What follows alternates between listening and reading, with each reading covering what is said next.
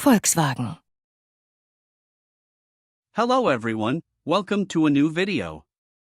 The car we'll be looking at today is the Volkswagen Golf GTI, a true hot hatch. Enjoy watching. The Golf GTI has been an icon since 1976. Starting with the MK8 Golf GTI and up to the present day, all of its models easily carry the concept of hot hatch. Of course, a lot has changed today, cars are even faster. Let's come to the MK8 GTI, the main subject of our video. It has a 2-liter 245 horsepower, 370 torque engine. This engine is a detuned version of the Golf R's engine. In other words, its power has been reduced a little bit more. When we look at the front of the car, the first detail that draws attention is the daylight on the bumper, which I have to say looks really great. But I have a general criticism about the car. In general, I feel that cost reduction studies have been carried out in the whole car. But of course, brands have to do such cost reduction studies in order to be more competitive in the market.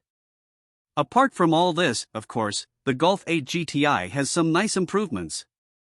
At the front, there are 340mm brake discs and a single-piston brake caliper. At the rear, there are 310mm air-cooled discs. Another improvement that you may not see but you can feel while driving is the use of aluminum in the chassis of the car. Both a stiffer and lighter chassis has been obtained. The chassis of the car has been lightened by 3 kilograms. It may sound small, but the lightening of the chassis has a great effect on the driving of the car. The car is a very nice car for everyday use and performance use. In general, you can see red details all over the car, which is a reference to the past. When we come to the rear of the car, it has a very nice dual exhaust with very simple dimensions, LED taillight and GTI logo. The trunk capacity is 376 liters, which I think is enough for most users. Considering the car is a C-segment hatchback, the rear living space is also quite adequate. There are air vents, 2 Type-C USB sockets and an armrest. The Golf GTI is a very capable car, very comfortable on the track, on the road and in the city. The transition between modes is very sharp, and when you put it in sport, the car becomes completely stiff and track-oriented.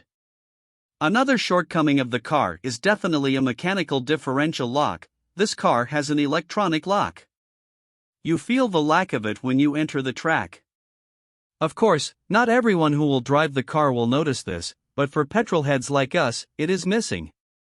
Also, the Golf GTI does not have an oil cooler. The Golf R had one but the GTI does not. You feel the lack of an oil cooler on the track because the oil temperature rises above 120 degrees. Other than that, the car is really successful. The car has launch control. The Golf 8 GTI can accelerate from 0 to 100 km in 6.2 seconds.